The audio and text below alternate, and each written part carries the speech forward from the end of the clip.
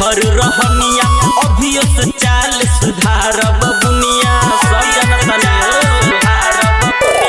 बिगड़ल जाता तोहर रहनिया अभियो से चाल सुधार बबुनिया इज्जत के अपना मिलावत बारूद धूल में पढ़े न जालू स्कूल में जाके तू घुस जालू पूल में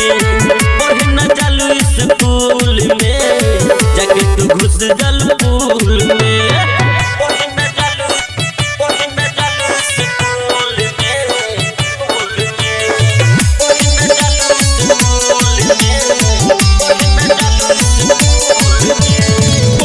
बहाना तू चालू हो घर से मिले तू चल जालू अपना लवर से चल जालू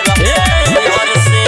के बहाना तू चालू हो घर से मिले तू चल जालू अपना लवर से छोरी सहलिया अकेले तू जालू नहीं रहेलू झुंड में पढ़े न जालू स्कूल में जाके तू घुस जालू पूल में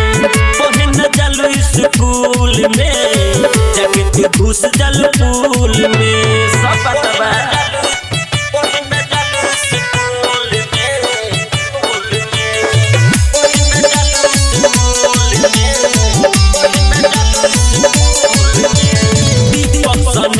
से बारू तू फसल कुमार लो उस बात कहता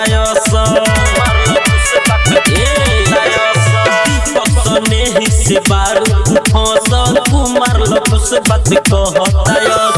बाटेल टाइल बदनिया तोहर देखो न पूरा धूल में पढ़े न जालू स्कूल में